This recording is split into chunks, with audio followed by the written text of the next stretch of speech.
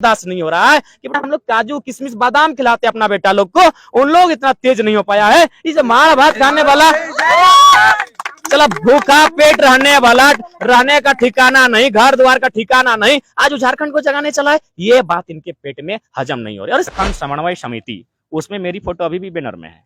एक एजेंट का वहां क्या काम, अभी व्हाट्सएप से मतलब है यही। अगर हम किसी रईस का बेटा होते, अगर हम किसी मंत्री, पूर्व सांसद, वर्तमान विधायक मंत्री का बेटा होते हैं, कुछ कट्टू बात नहीं होती। बात यदि किसी का फोटो वायरल होने से अगर कोई एजेंट बन जाता है, तो जगन्नाथ महतो को हम कभी जेएमएम का कैंडिडेट होने के नाते सपोर्ट नहीं किए हैं। जगन्नाथ टैलेंट को लोग बर्दाश्त नहीं कर पा रहे हैं। मैं तो कई किसी का पैरवी करके यहाँ तक नहीं आया हूँ। नमस्ते, मैं युवराज सिंह और आप हमारे साथ हैं समाचार वाला टीवी पर।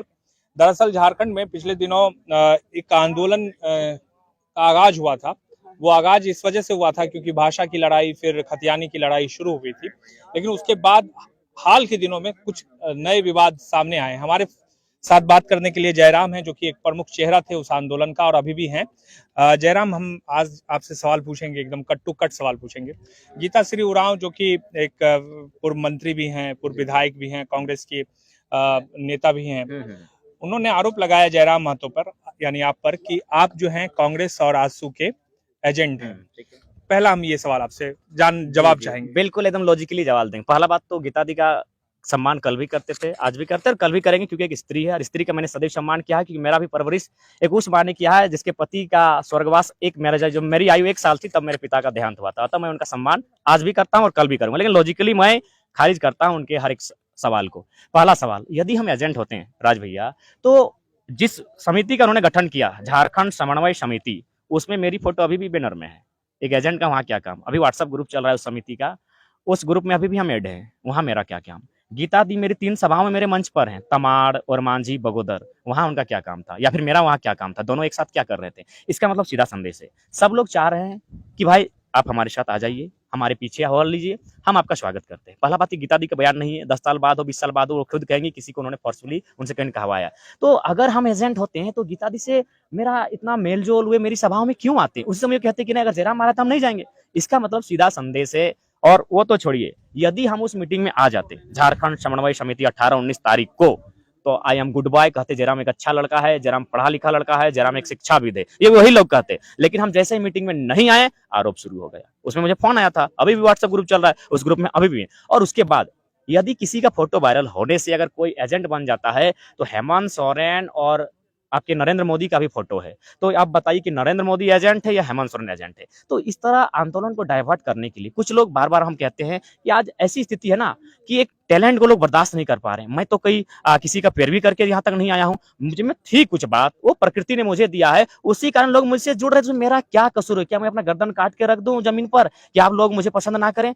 मैंने तो कहीं कहीं पैरवी नहीं किया है, मैंने तो किसी को नहीं कहा कि सभा में मुझे बुलाओ। लोग अगर मुझे सुनना पसंद करते हैं, मुझे जानना पसंद करते हैं, तो उसमें मेरा क्या कसूर। आप समझ सकते हैं, जब ये लोग एक गांव गरीब किसान के बेटे में जो टैलेंट के कारण बर्दाश्त नहीं कर पा रहे हैं, तो इस देश के हजारों लाखों टैलेंट जो स्टूडेंट पढ़ते हैं, तैयारी करते हैं, उन्हें कैसे बर्दाश्त करते होंगे। यही कारण है जेपीएससी घटोला। उन्हें टैलेंट से मतलब नहीं है, उन्हें केवल पैरवी से मतलब है। यही अगर हम किसी रईस का बेटा होते, अगर हम किसी मंत्री, पूर्व सांसद, वर्तमान विधायक मंत्री का बेटा होते हैं, कुछ कट्टू बात नहीं होती। सब बोलता ठीक है, लड़का ठीक है, तेज है। लेकिन चूंकि गरीब का लड़का, गांव का लड़का, आइए राज भाई कभी मेरा गांव आइए, सभी ने बहुत सारे चैनल दिखाया। अभी भी बारिश होगी ना, हम लोग रात को प्लेट बर्तन निकालते, घर का सारा बर्तन, और जहां से बारिश टपकता है वहां रखने का काम करते हैं। तो इनको ये बर्दाश्त नहीं हो रहा है कि बेटा हम लोग काजू किशमिश बादाम खिलाते अपना बेटा लोग को, उन लोग इतना तेज नहीं हो पाया है। इसे मार भात खाने वाला चला भूखा पेट रहने वाला, रहने का ठिकाना नहीं, घर द्वार का ठिकाना नहीं, आज झारखंड को जगाने चला है।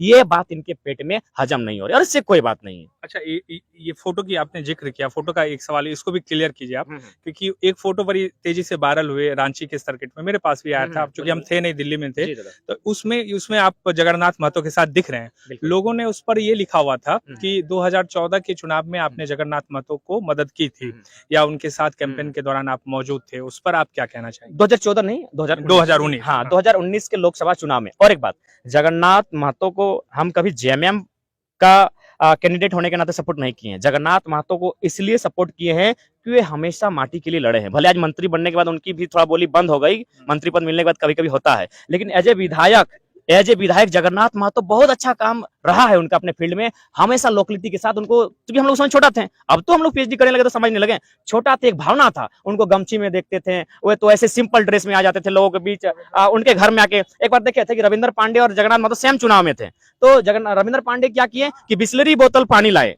और जगन्नाथ महतो बोला देना गिलसा पनिया देना, उस घर में जाके पानी पिए। तो कुछ चीजें थी जगन्नाथ महतो को जो स्टूडेंट को और यूथ को जो झारखंड की सोचता है उनके करीब पाते थे। तो 2019 के चुनाव में सत्य है, मैंने उनका प्रचार किया है। और जो जगन्नाथ महतो आज हमको बीजेपी राजस्व के एजेंट कर रहे हैं, वो उस समय कहते थे कि गिदरा बड़ी तेज हो, जब हम भाषण देते थे यही जगन्नाथ महतो कहते थे गिदरा बड़ी तेज हो रे, बड़ी तिरकाल हो, एकरा संभाल के रखिए, आगू दिन बड़ी काम है। तो इसका मतलब है कि हमारे पीछे पीछे चलिए, आप तेज हैं, आप तिरकाल हैं, आप बहुत अच्छे हैं, जिस दिन आप सवाल करने लगे, जिस दिन आप बवाल करने लगे, आप एजेंट हो गए। तो इस बात पे निराधार है। एक पार्टी बनी यहाँ पर, अमित महतो ने उस पार्टी का निर्माण किया, उसमें गीताश्री उरांव भी शामिल थी, झारखंड खतियानी पार्टी। मैं तो गया नहीं था, लेकिन इस तरह की कुछ नाम उसका रखा गया था।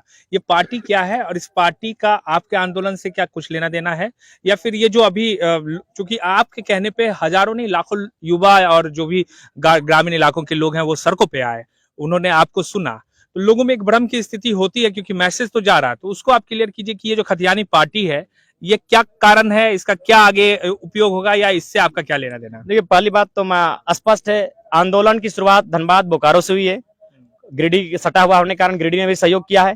तो कहीं ना कहीं आंदोलन जहां से शुरुआत हुआ है वहां के लोगों को इस पार्टी के बारे में कोई जानकारी नहीं है, ना उनसे पूछा गया है। रही बात, छात्र अभी पार्टी के मूड में नहीं है, ये अमित दा का निजी निर्णय है और उनसे ही प्रश्न करें, लेकिन हमारा इस पार्टी से भविष्य में भी कोई से देखा जाए तो संबंध नहीं है, क्योंकि हम लोग समिति के माध्यम से ही आंदोलन को जारी रखेंगे। तो पार्टी का विषय अभी बनता ही नहीं है, ये केवल और केवल हो सके भावनाओं, क्योंकि भारत झारखंड भावनाओं का प्रदेश देश रहा है, तो भावनाओं के साथ वे पार्टी को जोड़ने का काम करेंगे, लेकिन ऐसा बात नहीं है। हम लोग शुद्ध माटी की लड़ाई है और फिलहाल माटी पर टिके हैं। एक दो और सवाल लेंगे।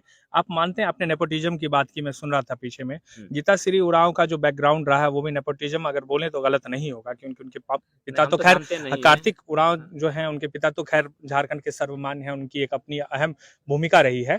लेकिन चाहे वो अमित महतो हो या गीताश्री उरांव हो, ये मजे हुए राजनीतिक इनको माना जा सकता है, क्योंकि पॉलिटिक्स में है, एक दो बार विधायक रहे हैं, गीताश्री तो मंत्री भी रही है। आपको लगता है कि ये लोग कहीं ना कहीं आपको अपने जो कॉकस है उसके भीतर लाने की कोशिश कर रहे थे और आप गए नहीं, इस वजह से आपके ऊपर इतने सारे आरोप अचानक लगने लगे? यही मामला ही है कि लड़का तेज है, यही पहला लाइन सबका यही है कि गिदरवा तेज हो, कैसनो अपन दिगे अपन साइड कर ले।